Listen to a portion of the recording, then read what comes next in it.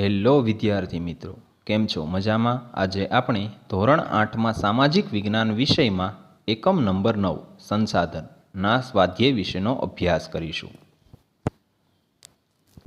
પ્રશ્ન પહેલો, નીચેના પ્રશ્નોના ઉત્તર એક એક વાક્યમાં લખો. પહેલું, કુદરતી વનસ્પતિ કોને કહેવાય?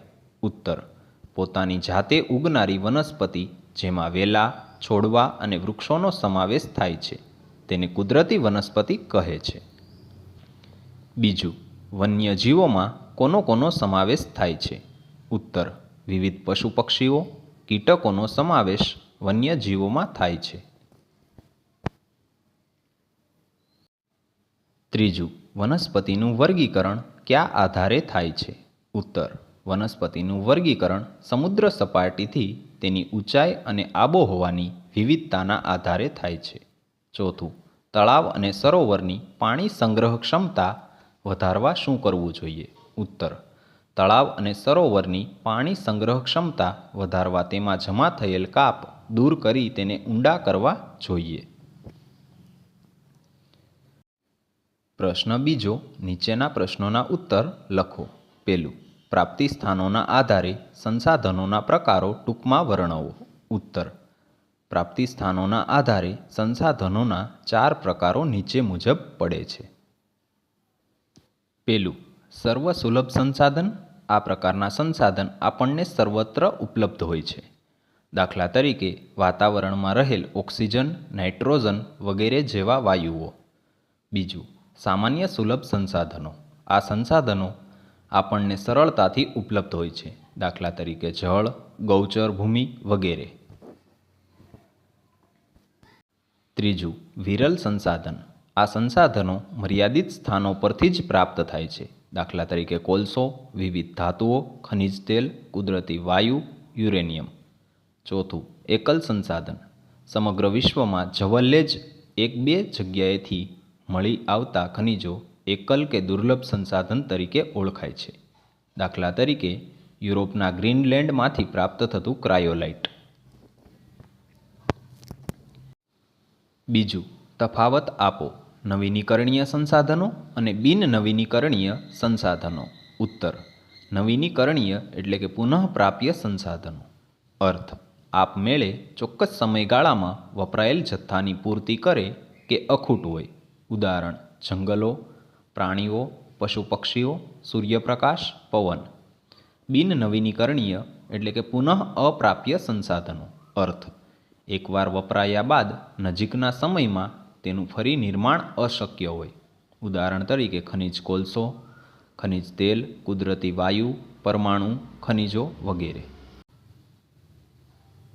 ત્રીજું, માનવ સંસાધન વિશે ટૂંક નોંધ લખો.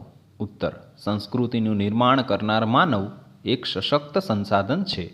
તે કુદરતના વિવિધ તત્વોનો ઉપયોગ પોતાના જ્ઞાન અને આવડત દ્વારા સંસાધન સ્વરૂપે કરે છે. માનવી પોતાની બુદ્ધિ ક્ષમતા દ્વારા કુદરતી સંપત્તિનો પૂરેપૂરો ઉપયોગ કરી શકે તે માટે તેની પાસે કૌશલ્ય, આવડત અને ટેકનોલોજી હોય છે. આમ માનવીએ સંસાધન બનાવનાર અને તેનો ઉપયોગ કરનાર બંને છે. શિક્ષણ અને આરોગ્ય સેવાઓ માનવીને એક વિશિષ્ટ પ્રકારનું સંસાધન બનાવે છે. માનવીની આ સંસાધન બનાવવાની પ્રક્રિયાને માનવ સંસાધન વિકાસ કહેવાય છે. ચોથું, જળ તંગી માટે જવાબદાર મુખ્ય પરિબળો કયા કયા છે? ઉત્તર, જળ તંગી માટે જવાબદાર મુખ્ય પરિબળો નીચે મુજબ છે. વસ્તી વિસ્ફોટ, રોકડિયા પાકોનું વધતું જતું વાવેતર, આધુનિક જીવનશૈલી, શહેરીકરણ, ઉદ્યોગો, નિર્વનીકરણ વગેરે. પાંચમું, પરિસર તંત્ર કોને કહેવાય? સવિસ્તાર સમજાવો. ઉત્તર, જીવાવરણમાં એક સજીવ બીજા સજીવ સાથે પરસ્પર જોડાઈને પોતાનું અસ્તિત્વ જાળવે તેને પરિસર તંત્ર કહેવાય.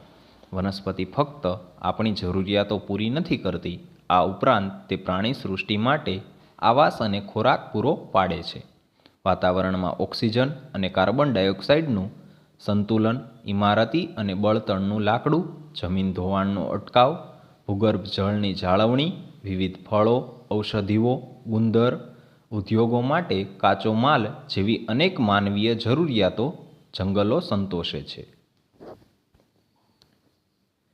વિવિધ પશુ પક્ષીઓ આપણને માંસ, ચામડા, રૂંવાટીવાળી ખાલ, ઊન વગેરે આપે છે. મધમાખી જેવા કીટકો મધ આપે છે અને ફૂલોના પરાગનયનમાં મહત્વનો ભાગ ભજવે છે. કે પક્ષીઓ વિવિધ કીટકોનો આહાર કરી તેની સંખ્યા નિયંત્રણમાં રાખે છે. આમ પરિસર તંત્રમાં દરેક નાના મોટા સજીવની અનન્ય ભૂમિકા હોય છે. છઠ્ઠું, જંગલો આપણને ખૂબ ઉપયોગી છે. વિધાન સમજાવો. ઉત્તર, જંગલો આપણને નીચેના કારણોસર ઉપયોગી છે. જંગલો હવાને શુદ્ધ રાખે છે. ઓક્સિજનનું પ્રમાણ જળવાતા ગ્રીન હાઉસ ઇફેક્ટને અંકુશમાં રાખી શકાય છે. વાતાવરણમાં ઓક્સિજન અને કાર્બન ડાયોક્સાઇડનું સંતુલન રાખવામાં ઉપયોગી છે. જંગલો જમીનનું ધોવાણ અટકાવે છે, જેથી જમીનની ફળદ્રુપતા જળવાઈ રહે. જંગલોને કારણે વરસાદની પ્રાપ્યતા વધે છે, તેમજ ભૂમિગત જળની જાળવણી શક્ય બને છે. જંગલો એ પ્રાણીઓ અને પક્ષીઓ તથા કીટકો માટેના કુદરતી નિવસન તંત્ર છે. આ ઉપરાંત જંગલો ઇમારતી અને બળતણનું લાકડું, વિવિધ ફળો, ઔષધિઓ, ગુંદર, ઉદ્યોગો માટે કાચો માલ જેવી અનેક માનવીય જરૂરિયાતો જંગલો સંતોષે છે. સાતમું, સંસાધનોના સંરક્ષણના ઉપાયો જણાવો. ઉત્તર, સંસાધનના સંરક્ષણના ઉપાયો નીચે મુજબ છે. જમીન ધોવાણથી ફળદ્રુપતામાં ઘટાડો થતો હોવાથી તેને અટકાવવું. રાસાયણિક ખાતરોનો વપરાશ લાંબા ગાળે જમીનની ગુણવત્તા નીચી લાવે છે, તેથી તેનો ઉપયોગ સમજદારીથી કરવો અને તેના બદલે કુદરતી છાણિયા ખાતરને વાપરવું. વધુ પડતી એટલે કે અતિશય સિંચાઈથી જમીનની ઉત્પાદન શક્તિ ઘટે છે, તેથી ટપક સિંચાઈનો વ્યાપ વધારવો. જંતુનાશકો જમીન અને જળ સ્ત્રોતો પ્રદૂષિત કરે છે. તેના વિકલ્પે જૈવ જંતુનાશકના વપરાશને ઉત્તેજન આપવું જોઈએ. વન્યજીવ પરિતંત્રની સમતુલા માટે અગત્યના છે, તેથી તેનો શિકાર રોકવા સખત કાયદા કરવા જોઈએ. જંગલ વિસ્તારમાં પશુચરાણ અને વૃક્ષછેદનને અટકાવવા ખાસ પગલાં લેવા જોઈએ. ચોમાસામાં વહી જતા પાણીને રોકી જળ સંચય કરી સૂકી ઋતુમાં પાણીની તંગી નિવારી શકાય. તળાવ કે સરોવરમાં જમા થયેલ કાપ દૂર કરી તેને ઊંડા કરવાથી પાણીનો સંગ્રહ વધશે. વરસાદી પાણી રોકવા માટે ચેકડેમ બનાવી ખેતી માટે પાણીની સમસ્યા હલ કરી શકાય છે. વપરાયેલ પાણીને પુનઃ ઉપયોગમાં લાવવું. ઘરમાંથી નીકળતા વપરાશી પાણીથી કિચન ગાર્ડન કરી તાજા શાકભાજી ઉગાડી ઘર ખર્ચમાં બચત કરી શકાય. ઉર્જા આપતા સંસાધનો ભવિષ્યમાં ખૂટી પડશે ત્યારે તેના વિકલ્પો સૂર્ય ઉર્જા, પવન ઉર્જા, ભરતી શક્તિ વગેરે જેવા વિકલ્પો અત્યારથી વિચારવા પડશે. જે સંસાધનો ફરીથી ઉપયોગમાં લઈ શકાય તેમ હોય તેને પુનઃ ઉપયોગમાં લેવા જોઈએ. જે સંસાધનો બિનનવીનીકરણીય છે તેને સ્થાને અન્ય વિકલ્પો શોધવા જોઈએ. ભવિષ્યના સમયમાં આવનારી પેઢીઓને જરૂરિયાત માટે સંસાધનોનું સંરક્ષણ કરવું એ આપણી સૌની ફરજ છે. આઠમું, સંસાધનોનું સંરક્ષણ કરવું એ આપણા સૌની ફરજ છે. વિધાન સમજાવો. ઉત્તર, જો સંસાધનોનું જતન ન કરીએ તો પરિસર તંત્રની સમતુલા ખોરવાઈ જાય.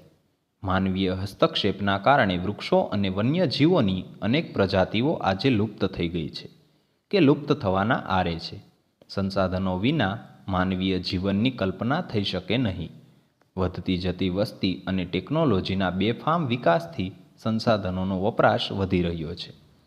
માનવીના ભવિષ્યને ધ્યાને લઈ સંસાધનોનો આયોજનપૂર્વક અને કરકસરભર્યો ઉપયોગ કરવો જોઈએ.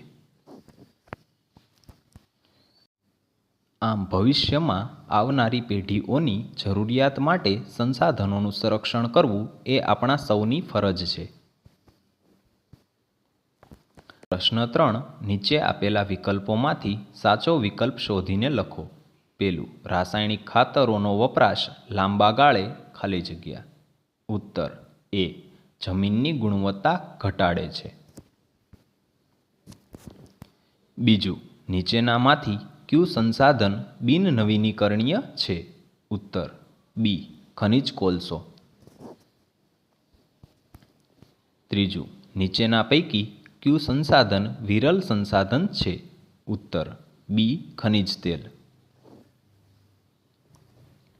Thank you. આવા જ નવા સ્વાધ્યાય વિશેના વિડીયો જોવા માટે મારી ચેનલ સ્ટડી ઓફ જીસીઆરટી ચેનલને લાઇક કરો, શેર કરો અને સબસ્ક્રાઈબ કરો અને બેલ આઇકન ઓન કરો, જેથી કરીને સ્વાધ્યાય વિશેના વિડીયો સૌથી પહેલાં તમને મળે.